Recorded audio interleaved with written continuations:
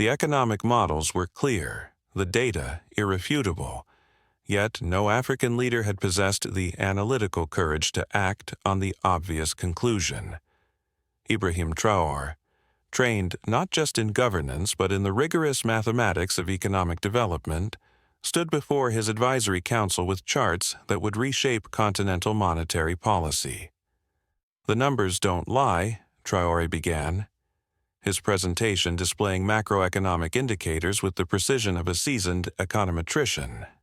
"For 64 years, we have operated under a monetary arrangement that systematically transfers wealth from Burkina Faso to France, while constraining our economic policy options to a degree that would be unacceptable to any developed nation." The conference room in the presidential palace had been transformed into what resembled a graduate-level economics seminar.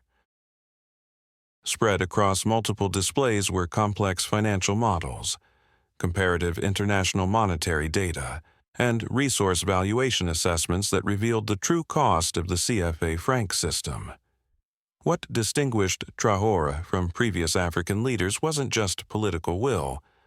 It was his sophisticated understanding of monetary economics and his ability to envision alternative financial architectures that could deliver superior outcomes for developing economies. "Examine the opportunity cost analysis," he continued, pointing to a comprehensive economic model. "The requirement to deposit 50% of foreign exchange reserves with the French Treasury represents an annual opportunity cost of approximately 180 million CFA francs in foregone investment returns. The fixed exchange rate with the euro creates systematic overvaluation that reduces export competitiveness by an estimated 15 to 20%. Finance Minister Kabore, despite his prestigious European education, found himself challenged by Traoré's analytical depth. "Mr. President, while your mathematical analysis is compelling, shouldn't we consider the macroeconomic stability benefits the CFA arrangement has delivered consistent low inflation and exchange rate predictability?" Traoré's response revealed the sophisticated economic thinking that would drive his revolutionary approach. "Minister, you're presenting a false optimization problem. The question isn't whether the CFA system delivers stability. It's whether that stability comes at an acceptable economic cost and whether alternative arrangements could deliver superior welfare outcomes." He gestured to a comparative analysis showing economic performance across African nations with different monetary arrangements. Ghana's CDI, despite periodic volatility, has enabled counter-cyclical monetary policy that delivered average annual growth rates 1.8 percentage points higher than CFA zone countries over the past decade. Morocco's dirham flexibility allowed currency adjustments that maintained export competitiveness during global economic shocks. The economic team realized they were witnessing something unprecedented: an African leader who understood international monetary economics at a technical level that matched or exceeded Western advisors who had long claimed such expertise was beyond African capabilities. "The fundamental flaw in the CFA system," Traoré continued, "is that it optimizes for French macroeconomic objectives rather than African development needs. When France requires low inflation to manage Eurozone integration, CFA countries must maintain restrictive monetary policies regardless of their domestic economic conditions." His analysis extended beyond criticism to sophisticated alternative modeling. "I propose a resource-backed currency system that addresses the trilemma of international economics more effectively than the current arrangement. By backing our currency with gold reserves rather than foreign currency deposits, we maintain monetary credibility while gaining policy independence." Central Bank Governor Ouedraogo raised the technical question that had puzzled monetary economists. "Mr. President, how do we manage the transition without triggering speculative attacks or capital flight?" The international finance literature suggests that currency transitions in developing countries face significant risks. Traoré's response demonstrated his mastery of advanced monetary theory.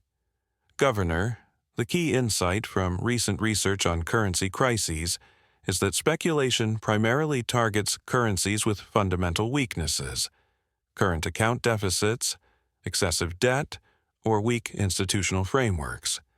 Our approach addresses each vulnerability systematically.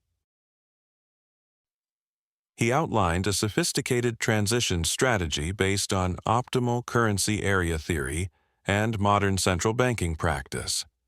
Phase 1 establishes credible commitment through physical asset backing, creating what economists call hard monetary constraint that provides stronger anti-inflation credibility than the current soft peg to the euro. Phase 2 builds institutional capacity based on successful central bank independence models from countries like Chile and Poland, nations that achieved monetary credibility through transparent policy frameworks rather than external control.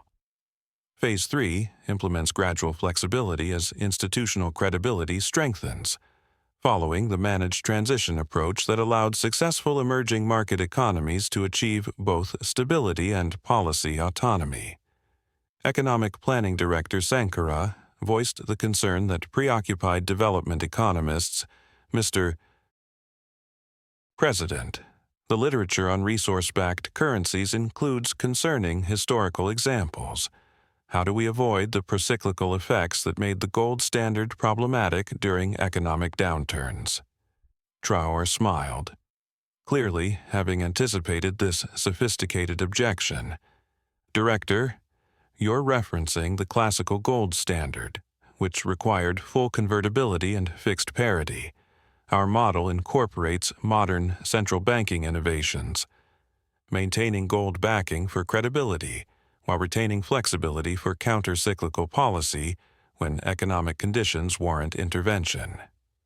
His economic framework combined historical monetary wisdom with contemporary financial innovation. The Sankara franc would be backed by gold to establish credibility, but managed by a modern central bank with sophisticated policy tools rather than rigid automatic adjustment mechanisms. The nationalization of mining operations represented sophisticated resource economics rather than populist politics. Traoré's analysis had identified that foreign mining companies were extracting resources under contracts that failed to capture appropriate economic rents for the host country, a classic case of what economists call resource curse dynamics. The current mining arrangements transfer approximately 75% of gold's economic value to foreign shareholders, Traoré explained, displaying detailed cost-benefit analyses. Renegotiating these contracts to require 51% domestic ownership and 25% resource rent taxation will generate sufficient gold accumulation to back our currency, while increasing government revenues by approximately 340 million CFA francs annually. International reaction to the mining nationalization followed exactly what economic theory predicted. Companies threatened withdrawal because they were earning above normal profits that wouldn't be available under competitive market conditions elsewhere. When French Finance Minister Jean-Pierre Lair arrived for emergency consultations, he encountered an African leader whose economic sophistication exceeded his own expectations. The meeting became a fascinating case study in how superior analytical preparation could shift negotiation dynamics. Minister Lair, Traoré began, I appreciate this opportunity to discuss the economic implications of monetary sovereignty.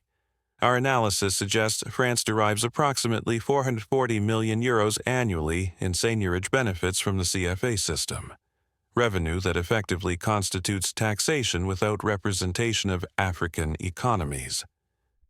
Lair had prepared standard diplomatic talking points about stability and cooperation, but found himself facing technical economic arguments that required substantive response. President Traoré. While France benefits from regional monetary integration, the CFA arrangement provides crucial macroeconomic stability that enables African economic development. Traoré's response revealed the depth of his economic preparation. Minister: That's an interesting empirical claim. Our analysis of growth rates, investment levels, and poverty reduction across West Africa suggests that CFA zone countries have systematically underperformed compared to similar African economies with monetary independence. Would you like to review the comparative data? The economic evidence was overwhelming. Ghana, with its independent currency, had achieved higher average growth rates, greater export diversification, and more effective poverty reduction than comparable CFA zone economies. Morocco's monetary flexibility had enabled more successful industrial development than Algeria's CFA constraints.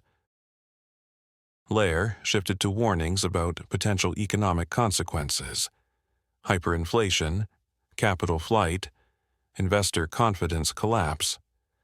But Traoré's team had conducted comprehensive stress testing of their proposed monetary system. Minister: Your concerns about hyperinflation assume incompetent monetary management. Traoré responded calmly.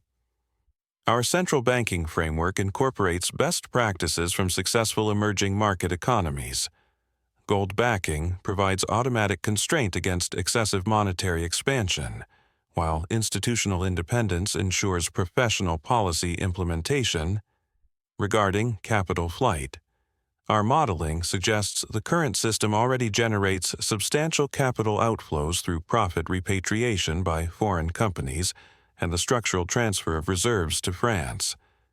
Net capital flows may actually improve under monetary independence. As international pressure mounted through credit downgrades and banking restrictions, Traoré's economic team implemented sophisticated contingency measures that demonstrated their technical competence to skeptical international observers. Economic warfare follows predictable patterns, Traoré explained to his cabinet during an emergency strategy session. Rating agencies, correspondent banking restrictions, and loan facility suspensions are standard tools for pressuring developing countries. But our economic fundamentals are sound, and we've prepared alternative arrangements. The team had spent months developing what economists call financial infrastructure redundancy, establishing banking relationships with non-Western institutions, creating currency swap arrangements with friendly countries, and building trade finance mechanisms that didn't depend on traditional Western financial networks. When the IMF suspended its loan facility, Traoré's response demonstrated sophisticated understanding of international development finance. The IMF suspension actually validates our approach. Their loan conditions typically require monetary policy constraints that conflict with optimal domestic economic management. Independence from such arrangements enhances rather than reduces our policy effectiveness. The accelerated timeline for currency launch represented optimal timing based on economic cycle analysis rather than political impatience. Traoré's team had identified that global commodity prices and regional economic conditions created a favorable window for monetary transition. Economic transitions succeed when they coincide with supportive external conditions, he explained to nervous cabinet members. Current gold prices provide maximum backing value for our reserves.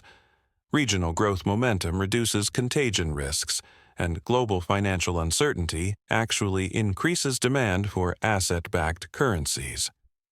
The July 15th launch date was chosen after sophisticated econometric modeling of seasonal patterns, international market conditions, and domestic economic cycles. Traoré's approach to managing the currency launch demonstrated advanced understanding of behavioral economics and market psychology. The decision to initially maintain 1-1 parity with the CFA franc eliminated conversion confusion while building confidence in the new monetary system. Successful currency transitions require managing both economic and psychological factors, he explained during a pre-launch briefing. Parity simplifies adoption, while gold backing provides credibility. As confidence builds, we can allow market-determined exchange rates while maintaining monetary stability.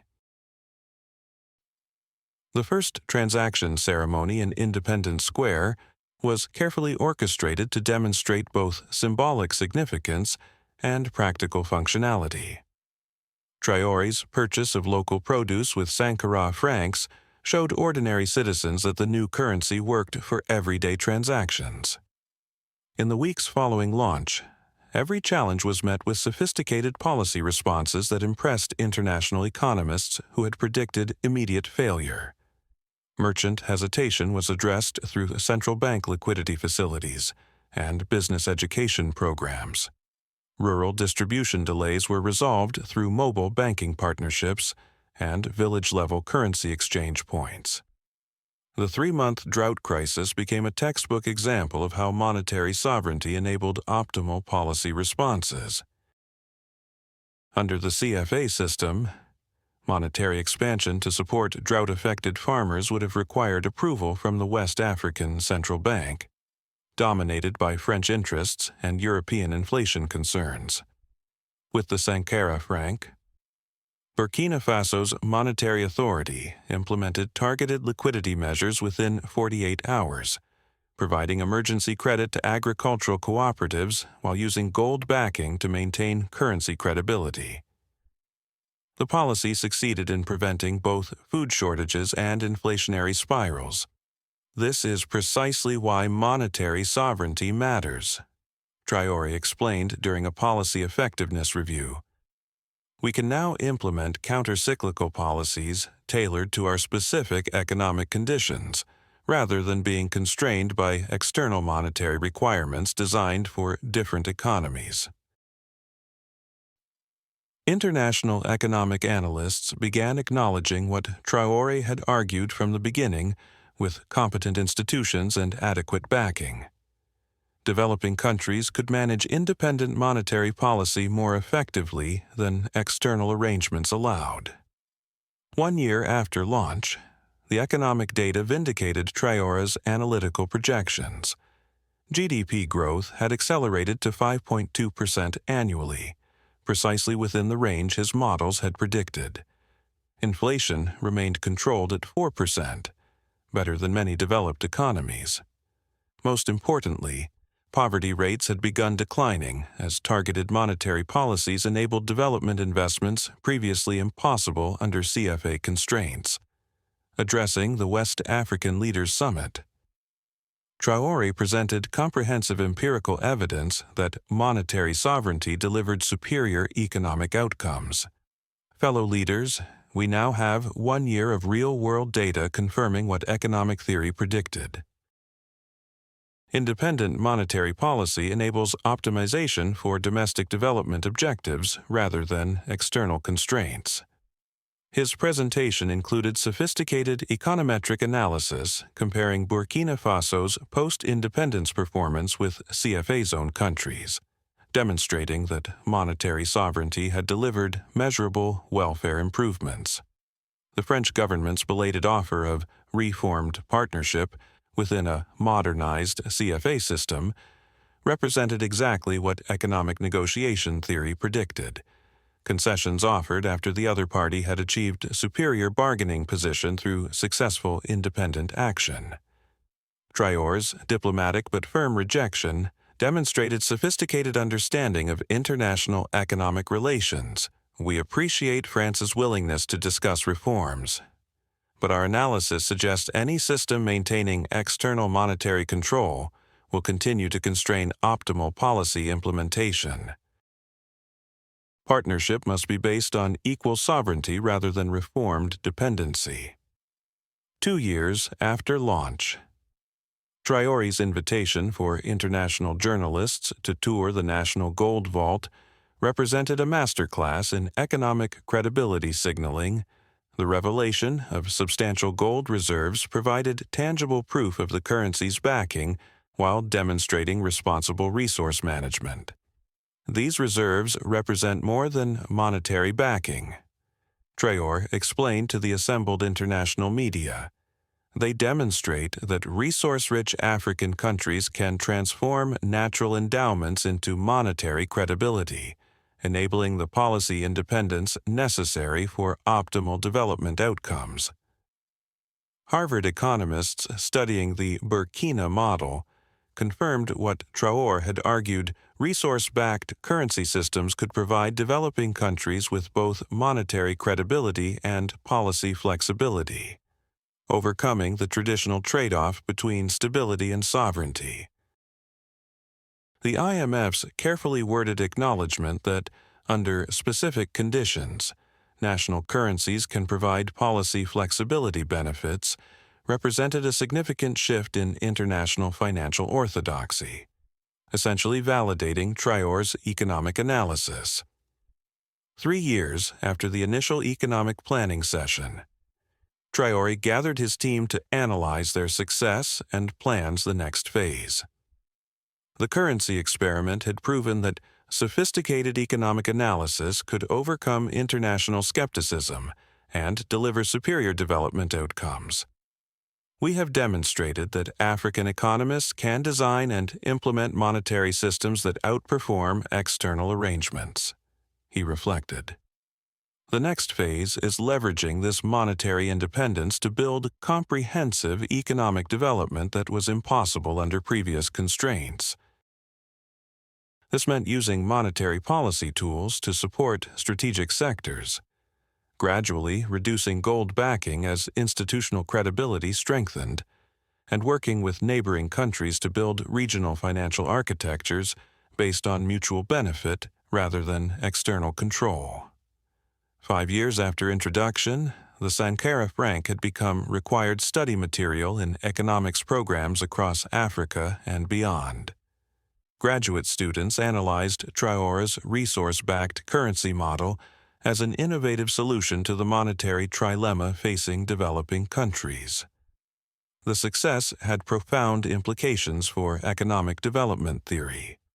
It demonstrated that the conventional wisdom about African institutional incapacity was wrong, and that sophisticated economic management was possible when leaders possessed both technical competence and political will to implement optimal policies.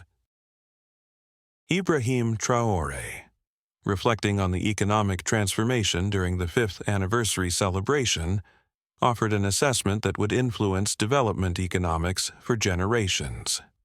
We have proven that economic sovereignty enables optimization for domestic welfare rather than external constraints. This principle should guide all developing countries seeking to maximize their development potential. The story of the Sankara franc represented more than successful monetary policy. It embodied a fundamental shift in how economists viewed African development capabilities. International financial institutions could no longer claim that external oversight was necessary for monetary stability in Africa. As other African nations began adapting elements of Burkina Faso's model, a new paradigm emerged in development economics. Resource-rich countries recognized that their natural endowments could back independent monetary systems, while other nations explored regional cooperation arrangements based on equal partnership rather than external dependency. The French central bank governor's dismissive prediction that the currency would fail had revealed the analytical limitations of economists who understood technical theory but lacked practical implementation experience in developing country contexts. In the end, the Sankara franc represented the triumph of rigorous economic analysis over conventional wisdom that had constrained African development for decades. By combining sophisticated monetary theory with practical institutional development, Ibrahim Traoré had created a model that other developing countries could adapt to their specific circumstances. The economic visionary had achieved something unprecedented, proving that African leaders could outperform external monetary management through superior analysis, careful preparation, and competent implementation. The success transformed not just Burkina Faso's economy, but international understanding of what was possible when developing countries controlled their own monetary destiny. Most importantly, Traoré had demonstrated that economic sovereignty wasn't just about political independence. It was about optimizing policy tools to deliver maximum welfare improvements for citizens who had been systematically disadvantaged by monetary arrangements designed to benefit former colonial powers rather than African development.